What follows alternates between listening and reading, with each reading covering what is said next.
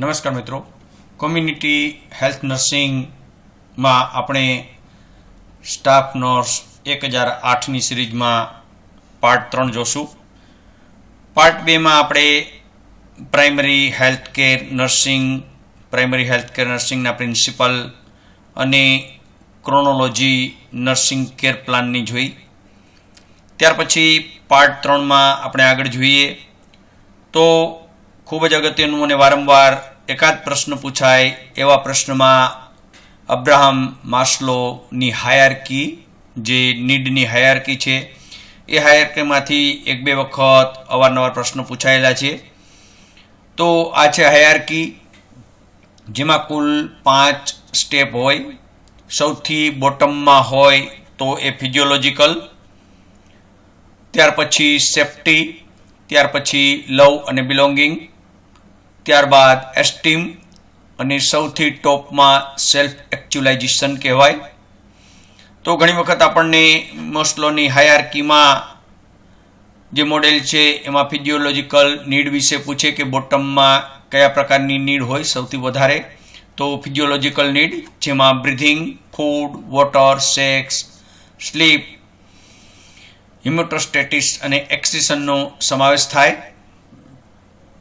Next to બોટમમાં safety, જેમાં security of body, employment, resources of morality, family, health અને property વિશેનો સમાવેશ થાય.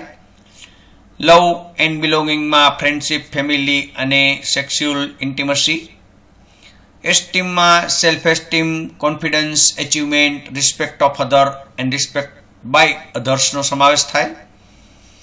અને જે ટોપમાં જે હાયરાર્કીના ટોપ પર હોય તો એ છે સેલ્ફ એક્ચ્યુલાઇઝેશન. ટોપ અને બોટમ ઘણી વખત આપણને પૂછાય અવારનવાર. તો ટોપ પર સેલ્ફ એક્ચ્યુલાઇઝેશન હોય, જેમાં morality, creativity, spontaneity, problem solving, lack of prejudice અને એક્સપેક્ટન્સ ઓફ ફેક્ટ આવો સમાવેશ થાય. તો હાયરાર્કીમાં આપણે ટોપ અને બોટમ બે વસ્તુ યાદ રાખશું. બોટમમાં ફિઝિયોલોજીકલ નીડ અને ટોપમાં સેલ્ફ એક્ચ્યુલાઇઝેશન. એક બે વખત આપણને આ પ્રશ્ન પૂછાયેલો છે. તો અને આને કેની હાયરાર્કી કહેવાય? તો માસ્લોની હાયરાર્કી કહેવાય. તો આ પણ યાદ રાખશું. હેલ્થ પ્રોબ્લેમ ઓફ ઇન્ડિયા, તો આપણને ખ્યાલ છે કે ઇન્ડિયામાં ઘણા બધા હેલ્થ પ્રોબ્લેમ હોય. જ્યારે આપણને MCQના રૂપમાં પૂછે ત્યારે બધા જ હેલ્થ પ્રોબ્લેમ આપણને આવડવા જોઈએ અને ડિટેલમાં આવડવા જોઈએ. પહેલું છે ન્યુટ્રિશનલ પ્રોબ્લેમ. તો ન્યુટ્રિશનલ પ્રોબ્લેમમાં પ્રોટીન, એનર્જી, માલ ન્યુટ્રિશન, જેને PEM પણ કહેવાય. એનું બીજું નામ છે પ્રોટીન કેલેરી માલ ન્યુટ્રિશન, PCM પણ કહેવાય. એમાં શાનો સમાવેશ થાય? તો ક્વાશિયોકોર, મરાસ્મસ અને હાઇપોપ્રોટીનિમિયા. ક્વાશિયોકોરમાં તમને ખ્યાલ છે કે જે બેબી છે એ મૂન શેપનું હોય, જ્યારે મરાસ્મસ છે એમાં બેબીનો ફેસ મંકી શેપ હોય. આ પણ આપણે યાદ રાખવાનું છે. હાઇપોપ્રોટીનિમિયા છે એ મોટી ઉંમરના વ્યક્તિમાં જોવા મળે. તો આવું આપણે યાદ રાખવાનું છે. અને ક્વાશિયોકોર શાની ખામીથી થાય? તો એ થાય પ્રોટીન એનર્જી માલ ન્યુટ્રિશન, એટલે કે પ્રોટીનની ઉણપના હિસાબે, પ્રોટીનના ખામીના હિસાબે, ડેફિશિયન્સીના હિસાબે ક્વાશિયોકોર, મરાસ્મસ અને હાઇપોપ્રોટીનિમિયા થાય. તો અહીં આપણે આખું ક્વાશિયોકોર અને મરાસ્મસ લેવાનું. પ્રોટીન, તો કમ્પ્લીટ પ્રોટીનની ગ્રેવી કરવાની. પ્રોટીન તો પ્રો એટલે ખૂબ જ જરૂરી હોય એવું પ્રાઇમ સોર્સિસ જેને કહેવાય એનર્જી માટેનું, તો એને પ્રોટીન કહેવાય. પ્રોટીનના સાદામાં સાદા સ્વરૂપને શું કહેવાય? તો એમિનો એસિડ કહેવાય. ટોટલ એમિનો એસિડ કેટલા હોય? તો ટોટલ એમિનો એસિડ 22 હોય. એસેન્શિયલ એમિનો એસિડ કેટલા હોય? તો એસેન્શિયલ એમિનો એસિડ 10 હોય. તો આ રીતે પ્રોટીન વિશે કમ્પ્લીટ માહિતી આપણને જ્યારે મળે ત્યારે આપણે MCQના રૂપમાં કોઈ પણ પ્રશ્ન પૂછાયેલો હોય તો આપણે એ પ્રશ્ન લખી શકીએ.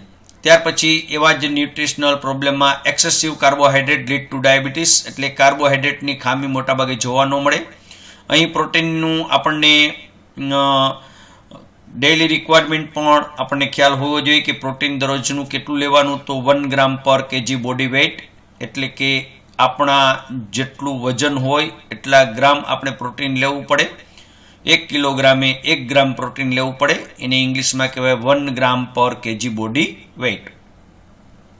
એવી રીતે કાર્બોહાઈડ્રેટ, તો કાર્બોહાઈડ્રેટમાં આપણે એ પણ જોઈએ કે કાર્બોહાઈડ્રેટની ઉણપ મોટાભાગે જોવા મળતી નથી, પણ વધુ પડતો કાર્બોહાઈડ્રેટ છે એના હિસાબે ડાયાબિટીસ થાય, તો આપણે જોવાનું છે.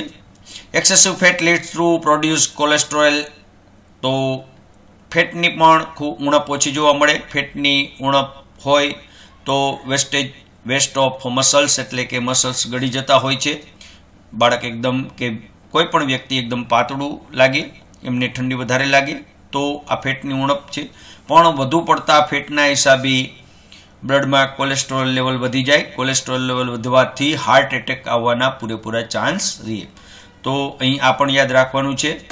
અને કાર્બોહાઈડ્રેટની આપણને ખ્યાલ છે કે નોર્મલ જરૂરિયાત છે 300 થી 400 ગ્રામ જેટલી, 40 થી 60 ગ્રામ, જ્યારે ફેટ છે 300 થી 400 ગ્રામ જેટલી આપણને જરૂર પડે.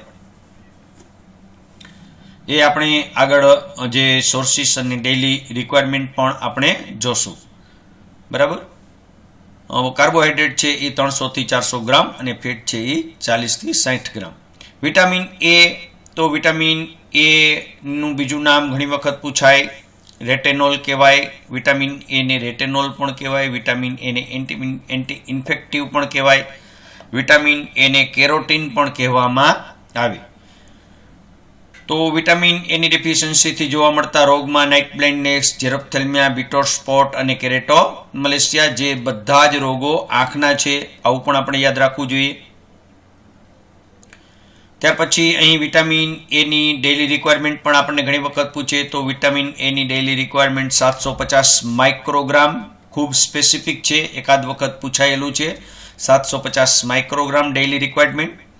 વિટામિન એ સામાન્ય રીતે ગ્રીન લીફી વેજીટેબલ, એટલે કે લીલા પાંદડાવાળા શાકભાજી અને યલો ફ્રૂટ્સમાંથી મળે, તો આપણે યાદ રાખવાનું છે. વિટામિન એ પ્રોફાઇલેક્સિસ પ્રોગ્રામ ચાલે.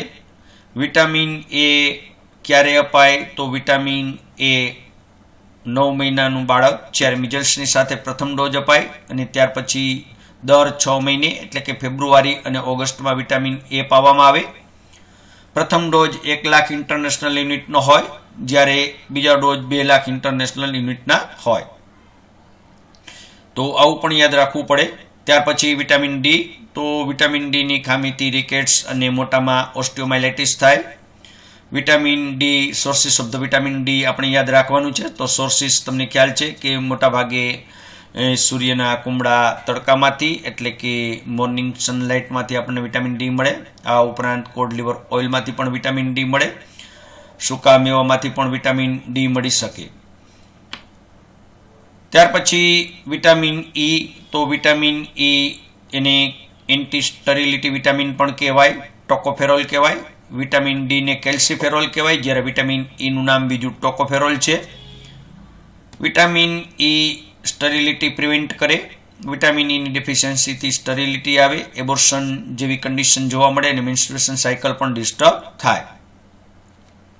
મોટાભાગે વિટામિન ઈ શામાંથી મળે, તો સોર્સિસ ઓફ ધ વિટામિન જ્યારે આપણને પૂછે ત્યારે આપણે જર્મિનેટેડ નટ્સ એન્ડ જર્મિનેટેડ બીન્સ, બરાબર, તો કોઈ પણ ફણગાવેલા કઠોળ હોય, અનાજ હોય, તો એમાંથી વિટામિન ઈ આપણને મળે. આગળ જોઈએ વિટામિન કે ન્યુટ્રિશનલ પ્રોગ્રામમાં, તો વિટામિન કે ને કેપેલિન કહેવાય, અને એની ખામીથી હેમરેજ એટલે કે બ્લીડિંગ થવાના પૂરેપૂરા ચાન્સીસ રહે. બાળક માટેનું પહેલું ઇન્જેક્શન હોય જો બેબી બોર્ન થાય તરત, તો એ છે વિટામિન કે, કેપેલિન. વિટામિન બી1 ને થાયમિન કહેશું, અને એની ઉણપથી થાય બેરીબેરી, જે નર્વ સિસ્ટમનો રોગ છે. વિટામિન બી2 રાઇબોફ્લેવિનોસિસ, અને એમનું બીજું નામ છે રાઇબોફ્લેવિન. વિટામિન બી4 પેલેગ્રા, જેમાં D3 નો સમાવેશ થાય. 3D એટલે ડાયરિયા, ડેમનેશિયા અને ડર્મેટાઇટિસ, આવું પણ આપણે યાદ રાખવાનું છે. વિટામિન બી6 પાયરોડોક્સિન, જેની ઉણપથી સ્ટોમેટાઇટિસ, ન્યુરાઇટિસ અને એનિમિયા જોવા મળે. વિટામિન બી12 એનું બીજું નામ આવશે સાયનોકોબાલામિન, જેમાં ઉણપથી માઇક્રોસાઇટિક એનિમિયા અને પર્નિસિસ એનિમિયા જેવા રોગો થઈ શકે. તો આપણે હજી આગળ ઘણું બધું ડિટેલમાં જોશું. ખાલી હેલ્થ પ્રોબ્લેમમાં આપણે જ્યારે થોડું થોડું યાદ રાખશું તો ઘણું બધું આપણને યાદ રહી જશે. આગળ વિટામિન સી, તો સ્કર્વી, તમને ખ્યાલ છે વિટામિન સી નું બીજું નામ એસ્કોર્બિક એસિડ કહેવાય અને એની ઉણપથી સ્કર્વી થાય. ફોલિક એસિડ, તો ફોલ્સિન, એની ઉણપથી એનિમિયા જોવા મળે. આયર્ન, એની ઉણપથી એનિમિયા જોવા મળે. કેલ્શિયમ, તો એની ઉણપથી ટીટેની જેવો રોગ થાય. આયોડિન, તો ગોઈટર, અને એક્સેસિવ ફ્લોરિન, તો ફ્લુરોસિસ, જેમાં દાંત પીળા પડી જતા હોય. તો આ હતા બધાય ન્યુટ્રિશનલ પ્રોબ્લેમ. ત્યાર પછી ઘણી વખત નેશનલ ફેમિલી પ્લાનિંગ પ્રોગ્રામ અને એ પ્રોગ્રામ ક્યારે અમલમાં આવ્યો તો એવું આપણને પૂછે તો અહીં હાયરાર્કી પ્રમાણે આપણે થોડા લીધેલા છે પ્રોગ્રામ. કે 1953માં family planning, national family planning programme 1953, national malaria control programme 1953. એક વખત એવું સાયલન્ટ અને ક્વાઇટ માઇન્ડે વાંચી લ્યો, 100% આપણને સાલ યાદ રહી જાય. જે કંઈ આપણે જોતા હોય પિક્ચર સામે મોબાઈલમાં કે લેપટોપમાં કે પામટોપમાં, તો એ પિક્ચર આપણા સબકોન્શિયસ માઇન્ડમાં જમા થઈ જવું જોઈએ, જેથી આપણને ખ્યાલ આવી જાય કે ફેમિલી પ્લાનિંગ પ્રોગ્રામ તો 1953 ડાયરેક્ટ આપણને યાદ આવી જવું જોઈએ. National water supply and sanitation programme 1954, 1954. National filaria control programme 1955, 1955. National leprosy control programme 1955, 1955. National malaria eradication programme 1958. National tuberculosis control programme 1962. School health programme 1962. National mental health programme 1982. National leprosy eradication programme 1983. Universal immunisation programme 1985. National AIDS control programme 1987. Child survival and safe motherhood programme 1992. Iodine deficiency disorder control programme 1992. Revise national tuberculosis control programme 1992. RCH programme 1997. NVBDCP full form યાદ રાખજો, NVBDCP નું national vectorborne disease control programme, national vectorborne disease control programme 2003. Janani Suraksha Yojana અને NRHM national rural health mission 2005. Janani સુરક્ષા કાર્યક્રમ અને national health mission 2013 એટલે કે 2013. તો આ હતા જુદા જુદા નેશનલ પ્રોગ્રામ અને એની સાલ, તો કમ્પ્લીટ યાદ રાખજો. અને દરેક પ્રોગ્રામ આપણી બુક્સ એટલે કે master mind MCQ premier staff nurse માટેની સ્પેશિયલ બુક, જેમાં તમામ પ્રકારના પ્રોગ્રામ આપણે ડિટેલમાં આવરી લીધા છે. જે સ્ટુડન્ટ્સે, જે સ્ટાફ નર્સે આ બુક ન વસાવી હોય તેમને હું રિક્વેસ્ટ કરું છું કે સરસ મજાની બુક્સ છે અને એક જ જગ્યાએ એક જ બુકમાંથી તમામ પ્રકારનું કન્ટેન્ટ જે મીડિયમ ઇંગ્લિશ અને ગુજરાતી મિક્સ કરીને આપને સમજાય તેવી સહેલી ભાષાનું સરસ મજાનું કન્ટેન્ટ તૈયાર કરેલ છે. તો અવશ્ય આ બુક વસાવો અને જેના માટે 96-014-09876 પર આપ મેસેજ કરી શકો અને આપ ઘર બેઠા આ બુક કુરિયર દ્વારા મેળવી શકો. ત્યાર પછી આપણે આગળના લેક્ચરમાં દરેક પ્રોગ્રામ જે ડિટેલમાં આપણે જોશું અને ડિટેલમાં એવું જોશું કે જે આપણને MCQના રૂપમાં જ પૂછાય. તો નેક્સ્ટ વિડીયો એટલે કે પાર્ટ 4માં આપણે દરેક પ્રોગ્રામ ખૂબ જ ડિટેલમાં જોશું. તો વિડીયો જોવાનું ભૂલશો નહીં અને આપના મિત્રોને વિડીયો શેર કરવાનું ભૂલશો નહીં. ખૂબ ખૂબ આભાર, ધન્યવાદ.